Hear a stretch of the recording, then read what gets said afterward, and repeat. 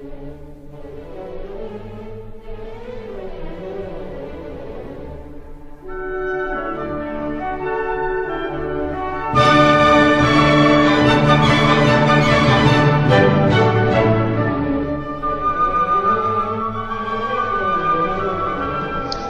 noite. É um prazer sempre falar sobre o Livro dos Espíritos, falar sobre o Espiritismo e ainda mais com a presença da Neuza, que a Neuza, o patamar dela é alto. Para acompanhar essa mulher aí não é fácil. Então eu espero, nesse início, estar à altura das expectativas dela e de todos vocês. Vamos falar então sobre a introdução do Livro dos Espíritos, para a gente entender bem essa história, porque muita gente tem uma visão geral, mas não concatenada. Qualquer estudo, a gente sabe que é importante a gente trabalhar com conceitos, trabalhar com a história, com os valores daquilo que a gente está estudando. Eu gostaria de começar falando quando o Livro dos Espíritos completou 100 anos. Era 18 de abril de 1957. Tem uma entidade em São Paulo chamada União das Sociedades Espíritas, que ela fez um grande evento em São Paulo para este centenário. E ela convidou como orador deste evento, onde estaria a nata dos representantes dos mais diversos centros, federações, sociedades espíritas do Brasil inteiro, estaria em São Paulo em 18 de abril de 1957. O orador era um intelectual conhecido dos espíritas, um senhor chamado Silvino Canuto Abreu. Canuto Abreu, como ele é mais conhecido, ele foi farmacêutico, foi médico, advogado, poliglota. Um homem extremamente inteligente, viajado, e ele é escolhido para essa tarefa, que não é pequena. Você falar para tanta gente sobre uma data comemorativa tão especial, porque ele havia publicado nos anos de 1953 a 1954, num jornal chamado Unificação, dessa União de Sociedades Espíritas, uma série de narrativas a respeito do surgimento de O Livro dos Espíritos. Posteriormente, essas narrativas elas foram condensadas em um livro, chamado Livro dos Espíritos e Sua Tradição Histórica e Lendária. E é muito curioso. Tem duas formas de nós entendermos como Kardec fez todo o trabalho dele. A forma mais usual é pegar um livro que foi publicado aproximadamente 20 e poucos anos, 25 anos após o desencarne de Kardec, chamado Obras Póstumas. Pegaram uma série de anotações de Kardec, 25 anos após o seu falecimento, ordenaram, era a pessoa que administrava o espólio de Kardec, um senhor chamado Pierre Gaëtan Lemarie. Ele unifica esses documentos e publica num livro chamado Obras Póstumas. E nesse Obras Póstumas nós encontramos um diário de Kardec, dizendo sobre a sua iniciação ao Espiritismo e as suas diversas influências durante o período que ele tem contato com o Espiritismo e depois, conforme ele vai assumindo uma liderança natural dentro do movimento espírita, das diversas situações que ele vivia. Canuto de Abreu, nessa série de matérias publicadas sobre a origem do Livro dos Espíritos, ele pega essas informações com outras informações de outros autores, inclusive de pessoas da França, porque ele esteve na França, conversou com espíritas que eram netos daqueles espíritas de primeira geração, e ali ele tem o fio condutor da sua história. E ele escreve esse livro, o Livro dos Espíritos, a sua tradição histórica e lendária, como se fosse uma peça de teatro. Começa com os pacotes desses livros chegando na editora, saídos da tipografia, chegados na editora. E o primeiro contato do editor já com o livro impresso. Depois, esse livro chegando na galeria, perto ali do centro de Paris, da Cité. Todo mundo conhece, pelo menos de nome, o Museu do Louvre. Próximo ao Museu do Louvre, existe como se fosse um pequeno shopping da época, século XIX. Era uma série de lojinhas, um lugar chamado Palais Royal. Nesse Palais Royal tinha uma galeria chamada Danty, e nessa galeria uma livraria, que era dos irmãos Didier. E ali é exposto pela primeira vez, nesse fluxo de pessoas que passava por aquilo que nós chamaríamos hoje de shopping, o Palais Royal, o Livro dos Espíritos. Então, como se fosse um segundo ato, fala do contato das pessoas olhando a capa do Livro dos Espíritos na vitrine. E à noite, Kardec, com a sua esposa, Amélie Gabrielle Boudet, em casa, recebendo os amigos e todas as pessoas que colaboraram para a edição daquele livro. E aí tudo isso ocorre na escrita de Canuto de Abreu, nesse dia, 18 de abril de 1857. E a parte mais intrigante, mais interessante dessa narrativa é uma espécie de encontro social na casa dos Kardec, onde cada pessoa que colaborou para que aquele livro fosse publicado, ali estava presente. Então, se fosse uma peça de teatro, no palco nós teríamos Kardec, Amélie Boudet, e recebendo um por um dos personagens. Cada personagem interagindo com o outro. Cada um deles dizendo como conheceu Kardec, como conheceu o Espiritismo, o que espera do Espiritismo, quais foram as revelações que receberam dos Espíritos. E o final dessa grande peça de teatro, vocês vão ter que ler o livro. É muito legal. Deixo essa curiosidade. Quando a gente pega a introdução do Livro dos Espíritos, a gente vê a formatação exatamente do que essas pessoas provavelmente viveram. Kardec conta em Obras Póstumas que a primeira vez que ele ouve falar de um fenômeno chamado mesas girantes é em 1854, portanto, 3 anos antes da publicação de O Livro dos Espíritos. Ele era magnetizador, ele trabalhava com uma prática de saúde que se perdeu, chamada magnetismo. São os estudos feitos por um médico austríaco chamado Franz Anton Mesmer, de que corpos eram capazes de atrair ou repelirem energias entre si, da mesma forma que os ímãs. Daí o nome magnetismo. Ele foi o pioneiro desse estudo. E a partir de Mesmer começam a surgir diversos magnetizadores. A partir desses magnetizadores, diversos fenômenos são percebidos e catalogados. Diversos problemas de saúde, sem uso da medicina tradicional, começam a ser tratados e muitos deles curados. Kardec era um magnetizador. Ele estuda esse assunto aproximadamente por 35 anos.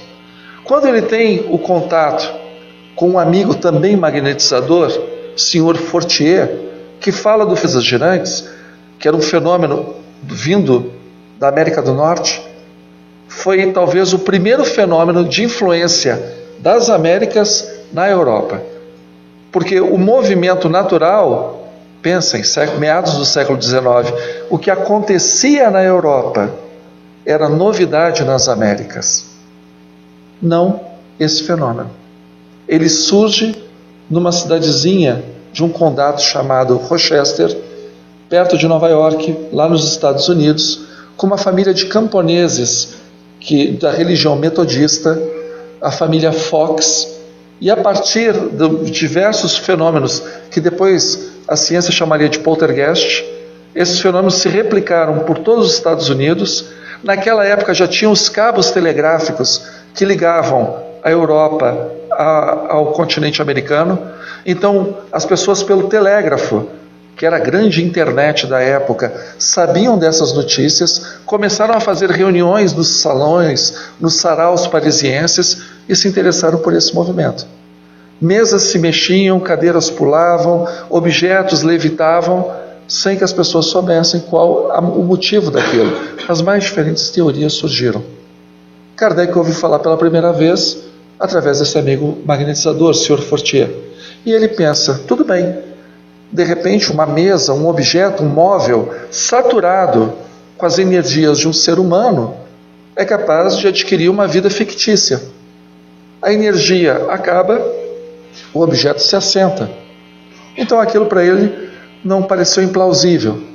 Posteriormente ele volta a encontrar com esse Sr. Fortier e diz que as mesas agora não só se movimentavam, mas como davam respostas.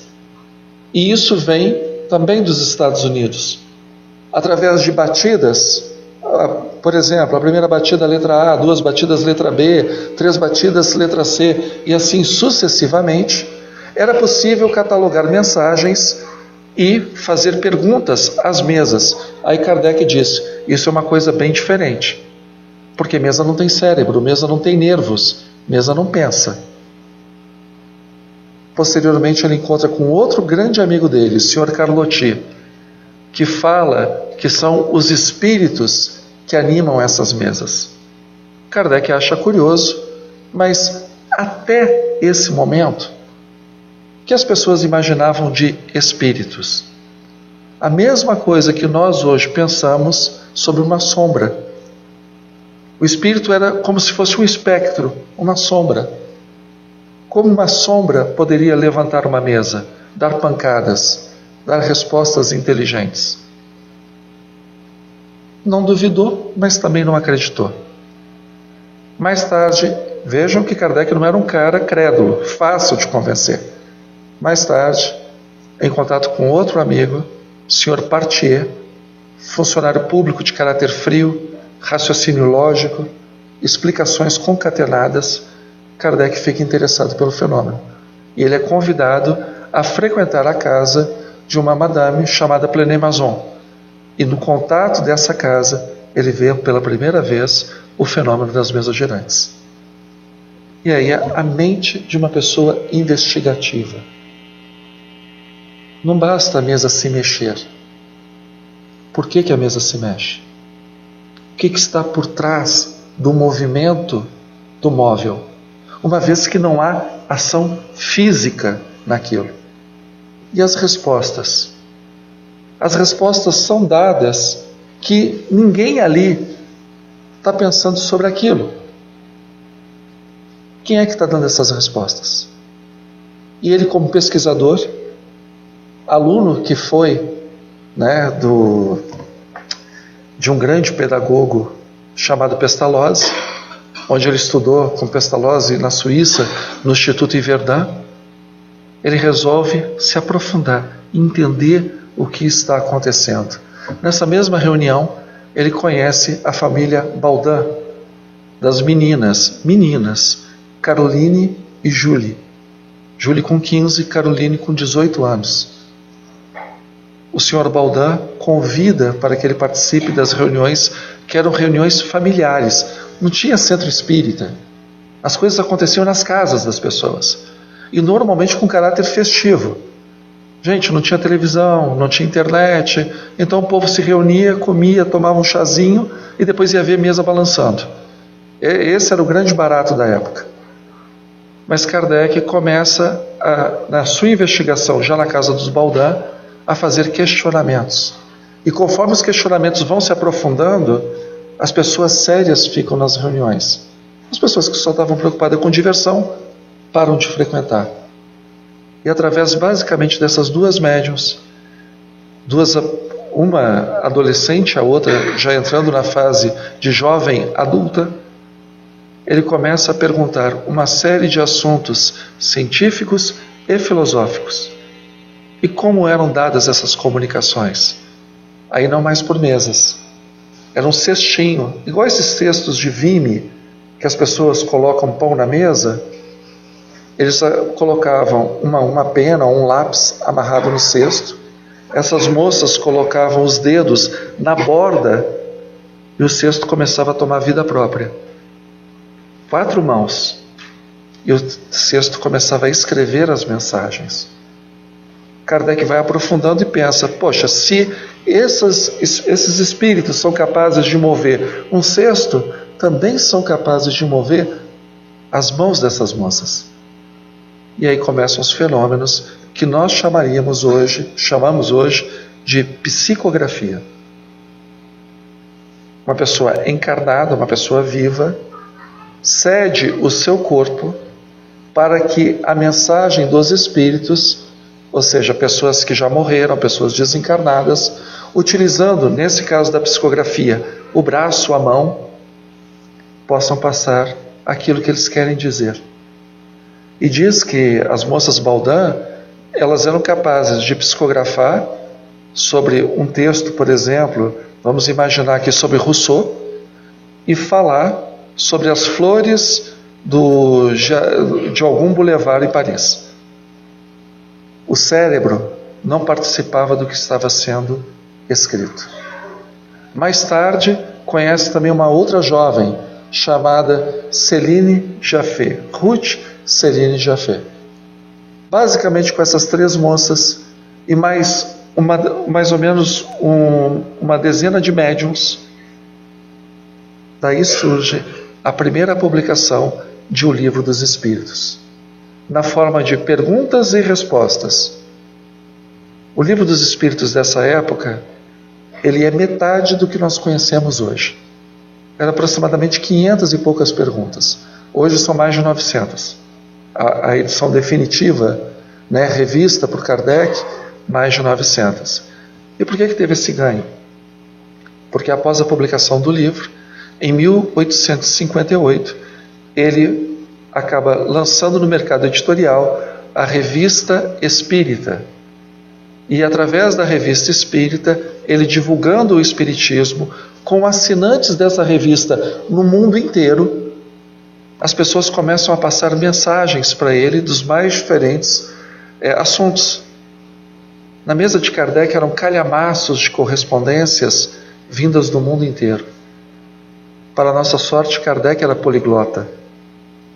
E o idioma falado correntemente de forma internacional também era o idioma de Kardec, era o francês. Hoje é o inglês. No século XIX era o francês. Isso permitiu, com esse contato com diversos centros familiares espalhados por todos os continentes, que ele pudesse aumentar o Livro dos Espíritos. E aí a história chega até nós nos dias de hoje. Quando ele apresenta a primeira edição do Livro dos Espíritos, depois desse trabalho que ele teve, ele psicografou com as irmãs, ele recebeu boa parte, a maior parte, com as irmãs Baudin, e com a senhorita Jaffé, Ruth Céline Jaffé, ele faz a revisão. Mas não se prendam ao nome das moças, porque quem escreve, quem responde, são os espíritos através dessas moças. E Kardec entende que ele está diante de fatos até então inexplorados. É como se tivesse descoberto um novo continente na Terra, ou um novo planeta habitado. Esse continente, esse novo planeta habitado, é o mundo dos espíritos. É para onde vão as pessoas depois que o corpo é enterrado no cemitério. O que essas pessoas fazem? Como elas se vestem? Como elas aparentam? Elas comem? Elas têm alegrias? Elas têm prazeres? Elas têm sofrimento? O que acontece com o laço de família dessas pessoas? Fica mais forte? Some? Essas pessoas retornam? O destino dessas almas é eterno? Ou essas pessoas podem progredir também como espíritos? Só a Terra tem gente? Só a Terra tem espíritos?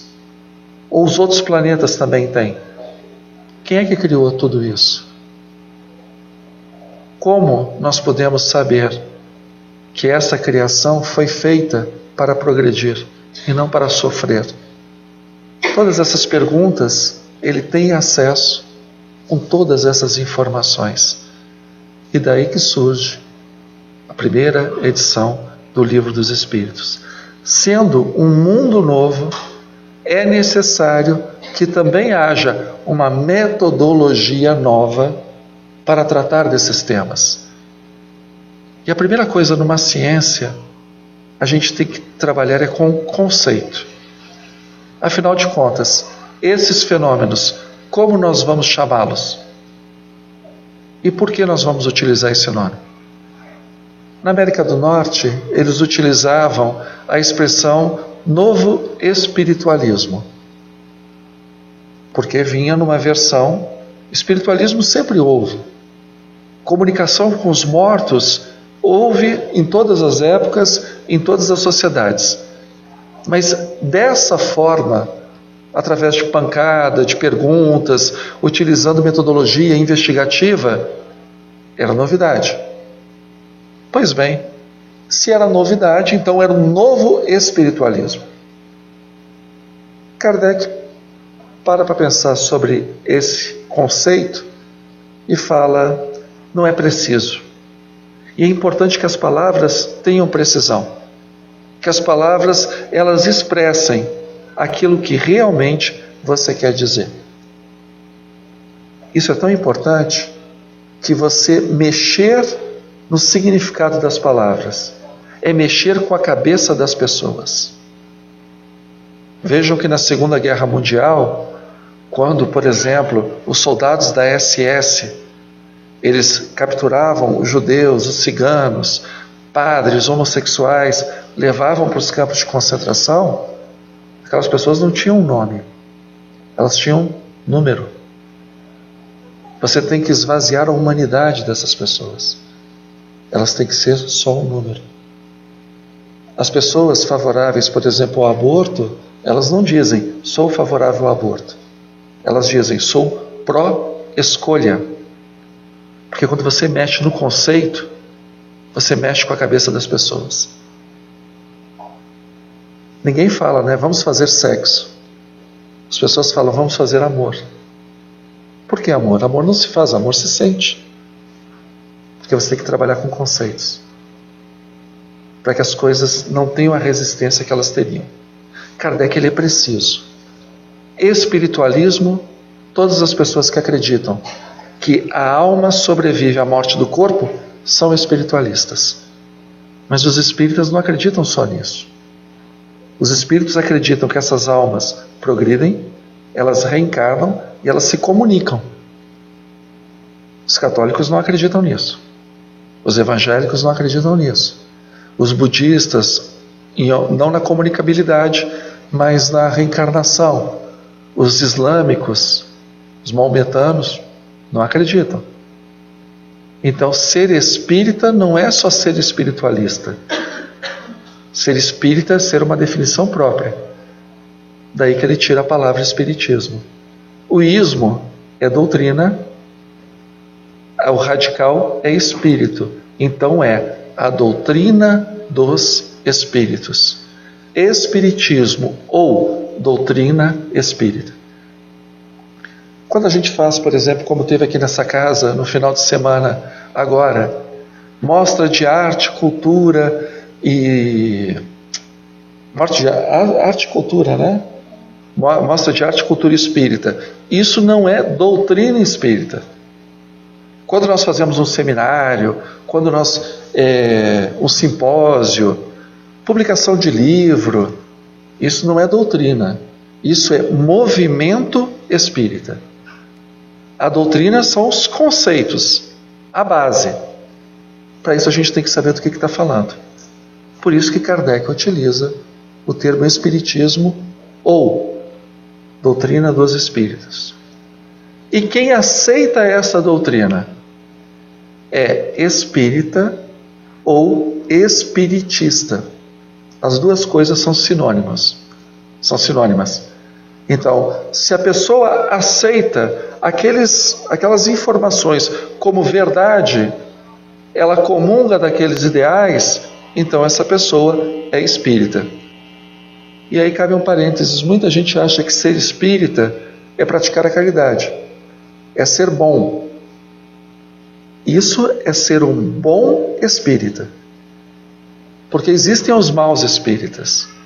São os espíritas que conhecem tudo de comunicação, tudo de mediunidade, tudo de reencarnação. Ler e reler o Kardec de trás para frente. Já estão na 58ª, 60ª obra do Chico Xavier, mas não praticam nada do que está ali. Eles acreditam em tudo, mas não praticam nada. Esses são os maus espíritas. O que tem em comum entre esses dois grupos? Acreditar na doutrina dos espíritos. Tudo isso vem na introduçãozinha do Espiritismo. E aí vem uma outra questão. Já que estamos falando em espíritos, e a doutrina é desses espíritos, afinal de contas, o que é um espírito? É importante definir. Porque se a doutrina pertence a essas entidades, então, que entidades nós estamos falando? Que entidades são essas? E aí vem a definição de Kardec.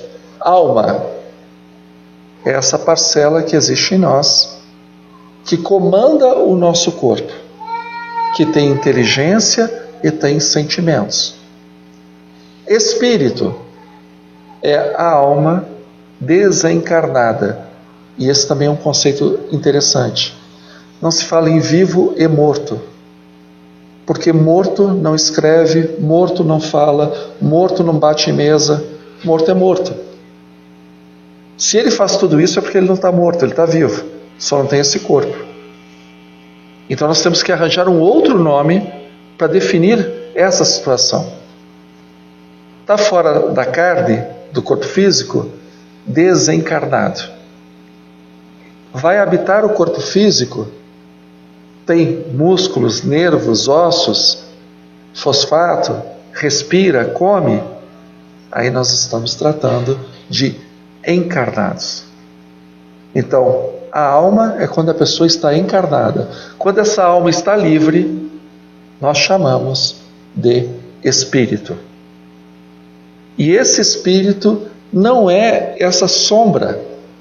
Esse espírito que muitas vezes eles arrancavam o coração do morto, queimavam e tiravam a cabeça e botavam entre as pernas do cadáver, com medo que a alma se levantasse e assombrasse os vivos. Não são essas realidades que fazem parte do Espiritismo. A morte para o Espiritismo não é aquele ser mítico que tem uma foice, um capuz e que as almas arrastam correntes. É outra visão. É um mundo ativo. É um mundo para o bem e para o mal. São sociedades que se organizam no mundo espiritual. Então, como essas almas conseguem ter essa individualidade? Como elas conseguem agir? Kardec traz um outro princípio, chamado perispírito. Ele faz uma comparação com a polpa da fruta. Então, a semente seria o espírito. A polpa da fruta é o perisperma. Pegando a mesma ideia, o corpo que faz com que o espírito não seja uma sombra se chama perispírito. Esse perispírito é que molda os nossos genes quando o gameta masculino e feminino se encontram. Ali tem a ligação do perispírito com o ovo, o zigoto. E a partir dali começa a multiplicação celular. É um somatório do que nós trazemos no nosso perispírito com que nós ganhamos da genética dos nossos antepassados. Kardec traz esse outro conceito. E aí ele conta a história dessas mesas girantes, que eu já falei para vocês, e depois ele vai falando das críticas que foram feitas a esses movimentos de mesa. E ele, analisando crítica por crítica, vai desfazendo uma por uma até afirmar que só tem uma explicação que ele, Kardec, julga razoável. São as almas daqueles que já foram homens e mulheres na Terra. São os espíritos desencarnados que vêm da vida pós-morte para trazer uma revelação. E essa é a natureza espírita. O espiritismo não é um produto de um raciocínio de uma ou de mais pessoas inteligentes. Ele é uma revelação dos próprios espíritos. Os espíritos, eles abrem a cortina, revelare, tirar o véu. Eles tiram o véu que tapa o túmulo da nossa realidade. E dizem: nós fomos como vocês. E vocês, invariavelmente, acabarão sendo como nós. A vida na Terra é um período curto diante da eternidade. O que vocês fizerem nessa vida, vocês herdarão na vida maior. Na vida onde os pensamentos, os sentimentos não são mais ocultos, onde nós vamos mostrar, sem máscaras, quem realmente nós somos. No teatro grego antigo, todos os atores eram homens e todos usavam uma máscara. Essa máscara, eles interpretavam, falavam, impostavam a voz, protegidos por essa máscara. Daí que vem a palavra hipócrita, aquele que tem uma face falsa.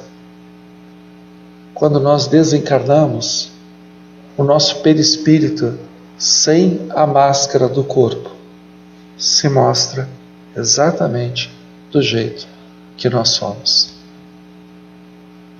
Para o bem e para o mal. A essência nossa aparece. Por isso que eles falam: cuidado. Cuidado com os valores que vocês cultivam. E entendam, esses valores, essa revelação surge no momento que o materialismo ganha força na sociedade ocidental. Século XIX, ele teve uma influência tão grande sobre nós, que se hoje nós temos um viés materialista e individualista nas nossas sociedades, eu falo nossas porque vários países da Europa, vários países do continente americano, chega à Austrália, Nova Zelândia, é por causa dessa influência. A influência deixada por pessoas que só enxergavam toda a história humana como um processo do aqui e agora. Freud via como se todos nós fôssemos vítimas do nosso inconsciente e das expectativas que nós guardamos em relação ao nosso pai e à nossa mãe. E daí as repressões, os recalques e as diversas formas que isso acaba aparecendo com as suas fobias. Nós temos Nietzsche, que acha que o cristianismo foi o maior mal da humanidade, porque ele tirou do homem a sua potência. Jogou no homem uma visão de que Deus resolve, e não o próprio homem. E ele coloca aquela famosa frase, a afirmação: Deus está morto e nós o matamos. A ideia é: como nós vamos nos virar sem Deus agora? Tivemos Karl Marx. A história não tem um ente divino que conduz a história dos povos. A história dos povos é feita de atrito, de revolução, de luta entre classes. E por isso que os homens continuam lutando até hoje. E nós temos, por último, Charles Darwin. Esquece as mãos divinas criando a alma e o corpo. Nós somos frutos do acaso cego, dos elementos orgânicos que nos trouxeram até aqui, onde o mais hábil sobrevive e o mais fraco desaparece. Em cima de todas essas ideias, elas desembocam nos regimes totalitários do século XX. Sem essas ideias, Você não tem a eugenia, você não tem os campos de concentração, você não tem os campos na Sibéria, porque o ser humano, não sendo mais vinculado ao divino, não tem porquê mais de se respeitar o ser humano.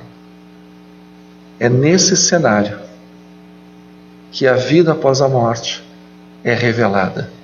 É nesse cenário que os Espíritos nos dizem: homens, mulheres, vocês são filhos de Deus. Homens, mulheres, vocês são irmãos. E o coração de vocês será medido na medida que vocês tratam os seus semelhantes. Isso não é novidade. Nós vamos encontrar isso nos evangelhos. Está lá. Deus é Pai. Trata as pessoas como filhos. E os filhos, sendo oriundos do mesmo Pai, devem se tratar com o mesmo respeito. Mas Jesus não podia ir além. Os Espíritos mostram na prática o que acontece quando nós não nos respeitamos. Os Espíritos mostram na prática o que acontece quando nós auxiliamos o nosso próximo, ou quando nós geramos mágoa, quando nós geramos mal-estar nas pessoas que convivem conosco.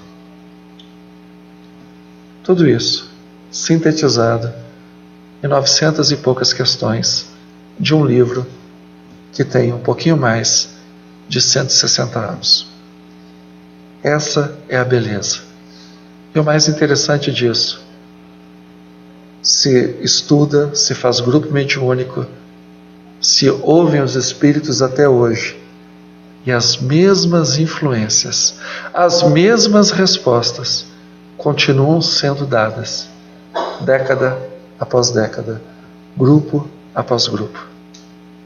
E coube ao Brasil, que ficou praticamente de fora, o seu território não sentiu as duas grandes guerras mundiais, nem as grandes revoluções que agitaram o final do século XIX e todo o século XX.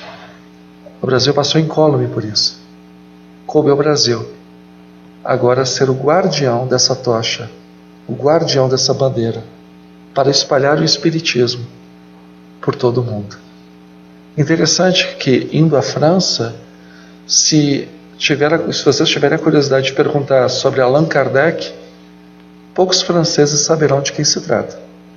Nas livrarias de Paris, os livros de Kardec hoje, eles ficam na prateleira do ocultismo. Na Itália, eu comprei um livro dos Espíritos que tinha um encarte de como fazer uma tábua Ouija. Aquela tábua que tem sim, não, 1, 2, 3, não, A, B, C, D. É o que eles entendem de Espiritismo hoje. Toda aquela tradição dada por Allan Kardec, Leon Denis, Gabriel Delaine, Camille Flammarion, Alexandre Aksakov, desapareceu. Virou ocultismo. Continua em terras brasileiras, para que das terras brasileiras sejam divulgadas essas verdades para todo mundo. A jornada que aqui começa, na reunião de hoje, é toda quarta-feira nesse salão, estudar, ponto por ponto, da revelação, do tirar o véu dessas realidades espirituais. É como se fosse aquele guia de turismo que as pessoas compram para viajar, indicando hotéis, pontos turísticos, restaurantes, passeios. O Livro dos Espíritos é o nosso grande guia para a espiritualidade. É o nosso grande guia para a única certeza que todo ser humano, crente ou ateu, tem na sua vida. Que um dia essa realidade física ela acaba. Para o espírita, essa realidade se transforma. Ela não acaba. E o autor, eu estava conversando com vocês, Kardec é um anônimo na França. As pessoas só conhecem pelo seu nome de pedagogo. autor de mais de 15 livros sobre ensino na França, o senhor Hippolyte Léon Denisard Rivail. Eles só conhecem o senhor Hippolyte. Nós espíritas conhecemos o grande revelador, o organizador dessas informações, Allan Kardec. E ele fala uma coisa que é muito séria. E numa outra obra pequena, chamada O que é o Espiritismo, ele diz assim, olha, você pode falar da filosofia de Platão, de Aristóteles, de Leibniz, mas nunca vai poder dizer o Espiritismo de Kardec, porque a doutrina espírita é dos espíritos. Não é de um espírito, não é de um médium, não é de um autor, é dos espíritos. E na introdução do Evangelho segundo o Espiritismo, ele coloca de forma didática os critérios que ele segue, que eu posso resumir da seguinte forma: vale como verdade no Espiritismo o que for dito por diversos médiuns, em diversos centros, por diversos espíritos. Não basta um médium, um espírito só falar, nem vários espíritos por um único médium. É uma realidade que tem que ser dita por vários espíritos, por vários médiuns sobre aquele assunto e elas serem concordantes. O nome desse critério é universalidade do ensino dos espíritos. Mas não basta todos os espíritos falarem a mesma coisa.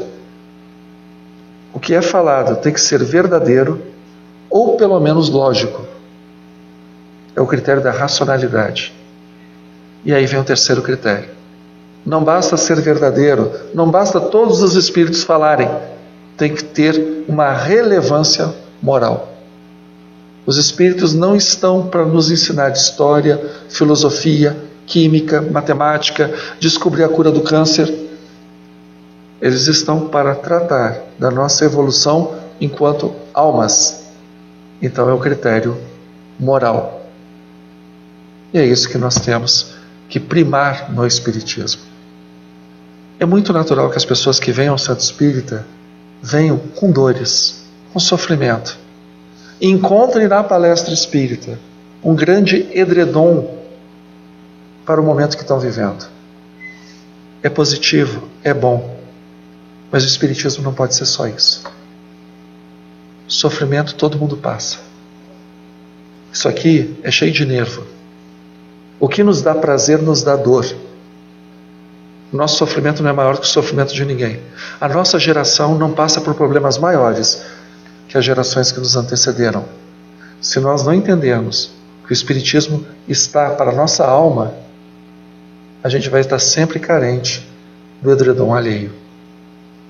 Não é só tomar passe, não é só ler romance. É como isso muda a minha vida. E quando eu falo vida, não é uma encarnação, não. É a nossa existência mesmo como almas imortais. E essa jornada, às quartas-feiras, no Salão da Comunhão Espírita de Brasília, começa hoje. Sejam muito bem-vindos. Uma boa noite, bons estudos.